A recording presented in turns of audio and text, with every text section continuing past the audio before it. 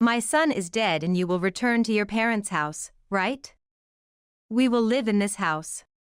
My dear husband suddenly left this world. Right after the funeral, my grieving self was visited by my in-laws. Although not many, this house is filled with memories of living with my husband.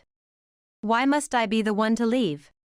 Yet, without even a moment to wipe my eyes, my mother-in-law ruthlessly said those words.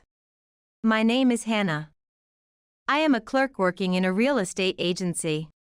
The meeting with my dear husband, Brian, happened because of the real estate agency where I work. He was the brother of my male colleague, and the two of them got along very well and often visited since their workplaces were close. As a fellow clerk, I had become close friends with my colleague who would later become my brother-in-law. It was through him that I was introduced to his elder brother. Eventually, I was invited by the brothers to join them for lunch, and we began to spend more time together. I recognized Brian as a cheerful and nice person to talk to, but I hadn't considered him romantically. I thought he felt the same until one day, an event that would change our relationship occurred. We were supposed to meet at a restaurant booked by my colleague, but only he had an urgent matter and could not make it. It seemed a waste to cancel the reservation, so for the first time, we found ourselves alone together. I later learned that the brothers had planned this, with the younger brother arranging for us to be alone at the elder brother's request. The food was delicious, and as we talked, we quickly grew close, sharing our backgrounds and values. The more I learned about his character, the more I was drawn to his warm smile. This day marked a change in our relationship, and it didn't take long before we were married, thanks to the younger brother's arrangements. In that sense, I cannot thank him enough for what has transpired since. Then came the day we met with his parents. I was full of anxiety, but his parents welcomed me very gently. The caring exchange continued, and I began to relax. I'm really glad you came. We were looking forward to meeting you, Hannah. We made a lot of food hoping today would be a good day. My mother-in-law said this and took great care of us. My husband's parents, like their eldest son, were independent people and very easy to get along with. I felt relieved and grateful for the enjoyable time I had at my in-laws' house. Even after many interactions, my in-laws continued to support our happiness, maintaining a distance that did not impose marriage or children on us. Eventually, the topic of living together at my in-laws' house came up, but we had plans to build our own home. Actually, my grandfather left us a house. As I explained, my in-laws listened intently and nodded. My grandfather doted on me, his only granddaughter, and had even perfectly remodeled the home and land he left me before passing away. The land was nearby, and with redevelopment, the land value had soared. However, being in the real estate industry for a long time, I knew that selling the land would be more beneficial for our ideal home plans than living in it. Though I am grateful for my grandfather's love, he had said I could live in or sell the house, so we had already considered selling it. After getting married, we moved there. However, the distance from work and the desirability of the location made it difficult to continue living there. As we were planning to sell, a significant change came into our lives. My husband, a salesperson, was assigned a transfer. His company had branches nationwide, and he was deemed the only suitable candidate for the position, making it an order we could not refuse. I will definitely come back during the holidays. Also, my parents will visit. It's not necessary, but could you take them out? Both your father and mother are very nice people, so going out is no problem. But, it seems like selling the house will have to wait. Because of my job, my husband's assignment was decided. It was sudden, but I had to endure the loneliness and worry, waiting for the day we could live together again. As my husband had said, on his days off, my in-laws, especially my mother-in-law, would often visit. My mother-in-law used to endure loneliness while raising young children during my father-in-law's business trips. You can still nurture family memories even without children. Let's go out together. Shopping might cheer you up. Let's go, Hannah. Thanks to my mother-in-law, I didn't feel lonely, and my holidays became busy. However, gradually, I began to notice something concerning.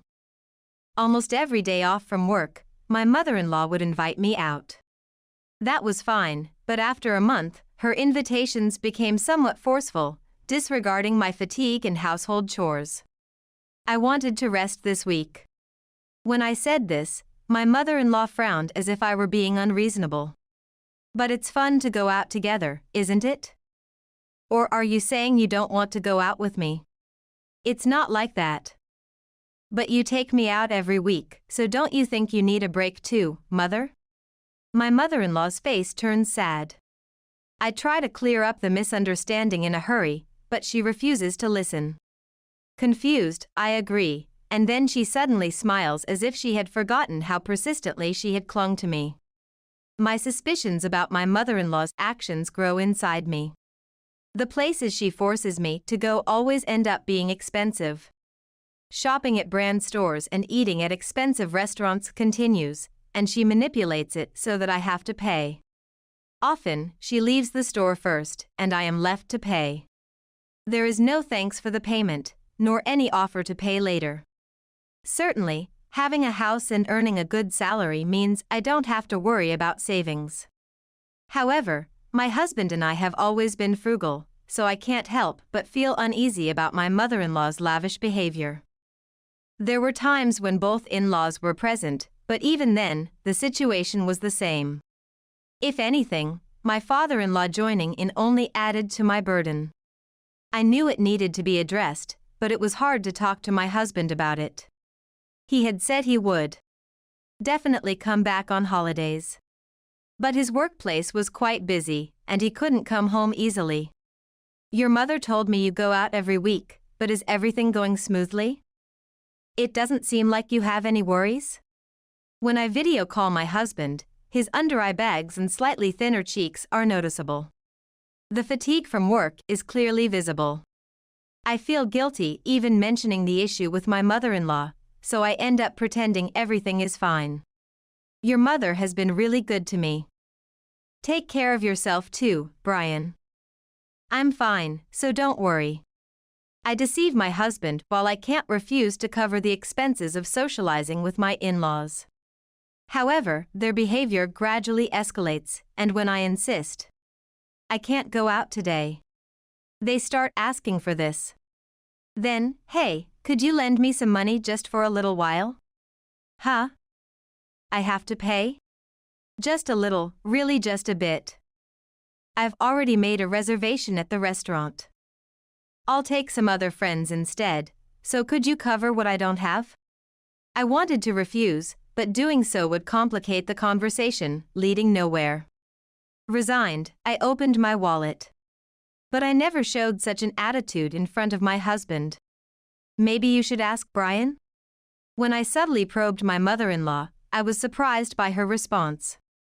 It's shameful to ask Brian. She thinks it's embarrassing to ask her eldest son, so it's better to ask his wife for money. I had long given up on my mother-in-law, and it became a daily occurrence for her to ask for money. At least if I give her some pocket money, she stops forcing me out. I knew this had turned into a significant problem. But the inability to talk with my mother-in-law had left me utterly exhausted. My mother-in-law's actions became increasingly inexplicable and odd. She would show up unannounced and survey the inside and outside of the house as if she were invading my privacy. Is this decor left by your grandfather, Hannah? It's marvelous to have the luxury to furnish such high-end items. Some of the furniture included antiques my grandfather had liked. My mother-in-law seemed to enjoy them, coming over to gaze at them dreamily as if they were her own. This is my and my husband's house. I finally began to consider opening up about my mother-in-law's behavior. My husband might be surprised, but it would be so much better if we could figure out how to handle her together. Her actions were never pleasant. As much as we are in-laws, it's an invasion of privacy. However, just as I was dealing with this, the duration of my husband's assignment was determined. Just a little more patience, and he would be back, and hopefully, the in-laws asking for money would end, a faint hope sprouting in my heart. My husband is working hard every day, so my patience would last a little longer. I was looking forward to reuniting with my husband, but the situation took an unexpected turn. What? Brian has collapsed and is in the hospital? My mind goes blank. The call came from a colleague at his assignment location, and I rushed to the hospital. Maybe it was the strain of his busy schedule, but suddenly, he had a heart attack. Brian was transported by ambulance, but it was too late, and my healthy and kind husband unexpectedly passed away. I couldn't accept the reality as I faced the funeral. I don't remember much due to the overwhelming grief. My brother-in-law rushed over, and he took care of most of the arrangements. I'm sorry. You've just lost your brother, and yet you're helping so much. It's my brother's funeral, so it's natural to help. By the way, is everything okay with the land? Is the house ready? As the funeral was winding down, I talked with my brother-in-law while cleaning up. I nodded and replied, "It's all set." And a few days after my husband's funeral, my in-laws came to the house together. However, it was clear they were not there to console me. It's a pity about our son's sudden passing, but we are here, so don't worry. My mother-in-law's face was oddly grinning. Even more astonishing, she had arranged a truck, which was packed full with furniture and other items from her home. I was too shocked and confused to speak. This doesn't look like a simple move. My mother-in-law and her husband are trying to move in without any discussion. What is making them do this? But the answer is clear.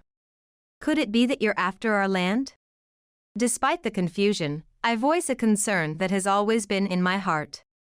My mother-in-law gave a cold smirk. The land value has really shot up.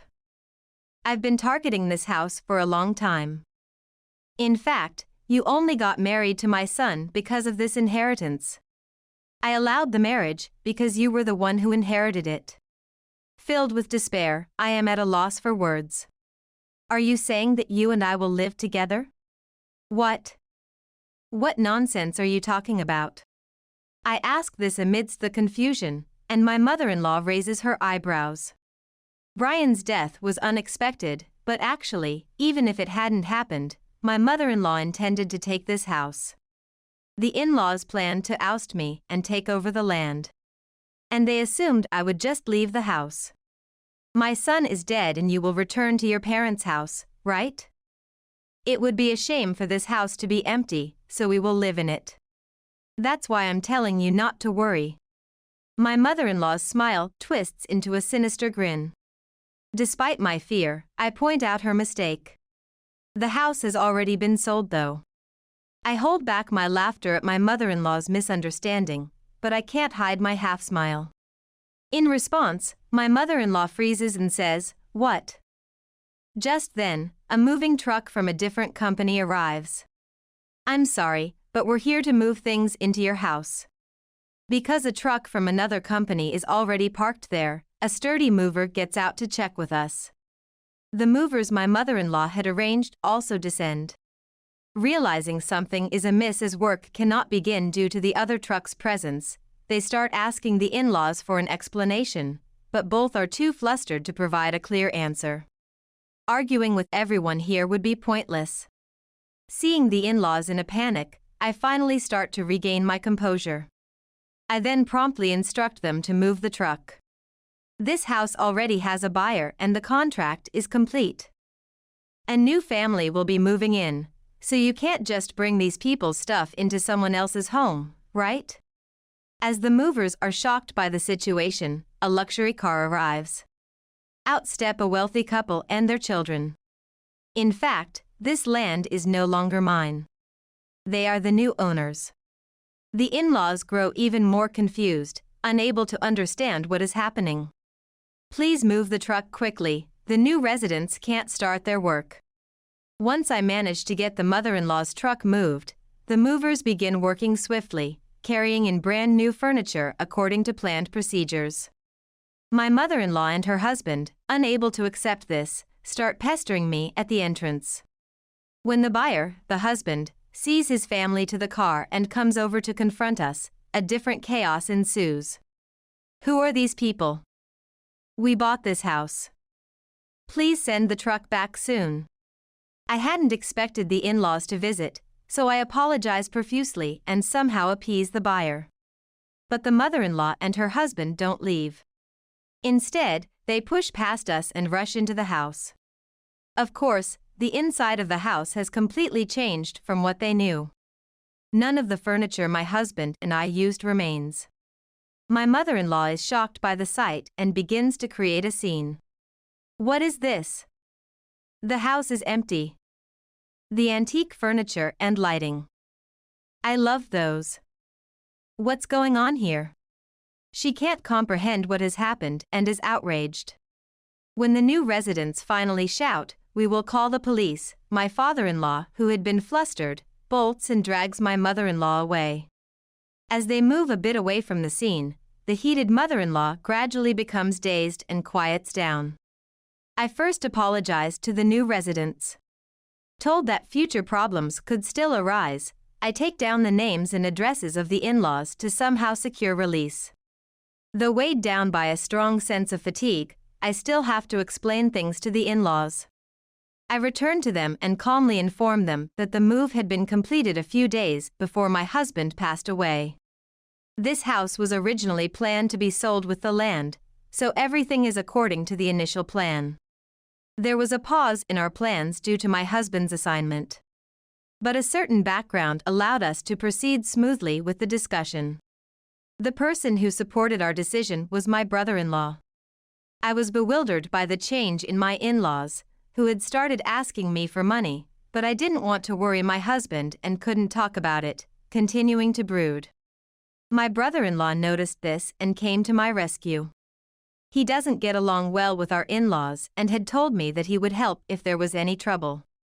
Wanting neither to spoil my relationship with my husband nor with the in-laws, I trusted my brother-in-law, who promised to keep things confidential, and decided to consult him fully. When I told him everything, he was furious with the in-laws. As my husband's brother and a colleague at my workplace, he understood the in-laws' schemes well. For him, his brother Brian was his only family, and he said that I was like family too. I think our parents will eventually try to live in that house or conveniently kick us out to take it for themselves.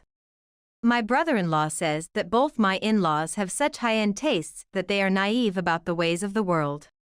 They are vain and unscrupulous.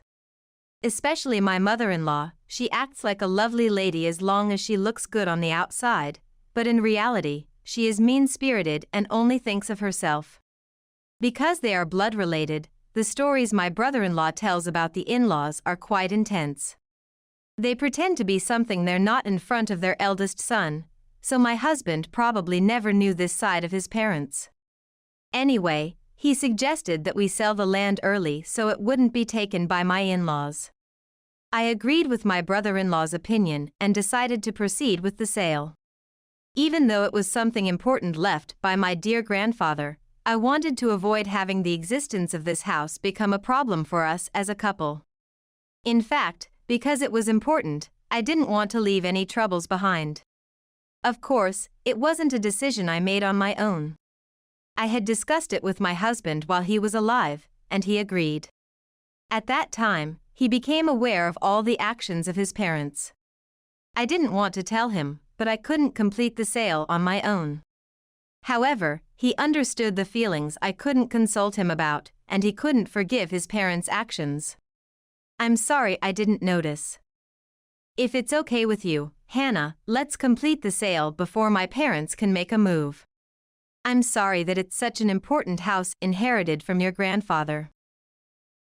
No.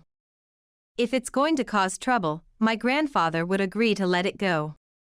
I decided to sell the land not because of the relationship with my in-laws, but to protect the future with my husband. Regarding the sale, my brother-in-law, who is an expert in real estate, worked hard to find the best buyer. What I needed to do was to find a new place to move to as soon as possible and act naturally so as not to alert my in-laws. The house had some signs of use because we had lived there, but it was practically new, which helped keep the price down. This allowed us to find a buyer quickly, and the sale was completed smoothly. That was the family that arrived earlier. I was supposed to wait in our new house for Brian's return. He was happy about the sale, which was the only regret. As the movers efficiently carried in the furniture, the ousted in-laws watched the moving process proceed steadily. They stood dumbfounded without making any noise, but they couldn't stay like that forever. The movers that the in-laws had hired came up furiously demanding an explanation. From their perspective, it was an inexplicable error that caused a double booking of movers. I can't believe this is happening. This is a breach of contract. They confronted the in-laws, but they fumbled and couldn't provide a clear explanation. Eventually, the household goods had to be taken back, and it seems they were charged a significant extra fee due to the unforeseen circumstances. Finally grasping the situation, my mother-in-law trembled and clung to me. "This is the house of the eldest son's wife, so it's our house, right? This is strange, isn't it?" She tried to persuade me with strained excuses, but I ignored them and left with only my hand luggage. The land already belonged to the new family, and it wasn't mine anymore, so I had nothing to answer. The memorial service for my husband went smoothly. Although I saw my in-laws there, they seemed like they wanted to say something about the house to me, but in the end, they couldn't and just slinked away. Since I no longer had any obligation to communicate with them, we hardly spoke as there was no reason to. I spend my days peacefully, facing the sorrow of losing my husband in the small house we were supposed to restart our lives in as a couple. Although I had a substantial amount of savings from the sale, without Brian, plans for building our own home were extinguished. Returning to work, I immerse myself in the few memories I have of my husband, gradually trying to look forward and rediscover myself. Meanwhile, my in-laws, especially my mother-in-law, must have been accumulating frustrated dissatisfaction. I didn't want any more to do with her, so I hadn't informed her of my new address. Unable to interact with me, that seemed to increase her dissatisfaction. She had put on airs in front of her eldest son and couldn't go to her other son, whom she didn't get along with, and now she didn't even know where I was. The stress continued to build, and eventually, my mother-in-law lost her balance. One night, she attempted a heinous act of pouring gasoline around the house that had been sold. Fortunately, a passing neighbor found it suspicious and restrained her immediately, preventing any incident. When the police were called, they found she had prepared things like old papers and lighters, and she was arrested on suspicion of attempted arson. The owner of the house, realizing it was the woman who had shown up on the moving day, was extremely upset and contacted me to definitely prosecute. I apologized repeatedly, but it was an apology for the terrifying experience of nearly having the house set on fire, and there was nothing I could do about my mother-in-law's attempted arson. In the end, the case against my mother-in-law, who was obsessed with the house, could not be dismissed. I also managed to get forgiveness by apologizing repeatedly and promised that such an incident would never happen again. My mother-in-law, raised in luxury and used to getting whatever she wanted, became frustrated when she couldn't have the house as she desired, leading to twisted jealousy. She came to resent the house and the land, committed a crime, and eventually ended up in prison. My father-in-law, who should have been supportive, used her arrest as an excuse to argue incessantly and forcefully divorced her. So, even when her sentence is up, she has completely lost a home to return to. But that is the result of her chosen actions. My brother-in-law, feeling lonely after losing his brother, encourages me, saying, "I can bear it because I have a sister-in-law." Although the ties with my in-laws were successfully severed, I haven't lost all family. For the sake of my husband watching over me from heaven, I've decided to spend peaceful days.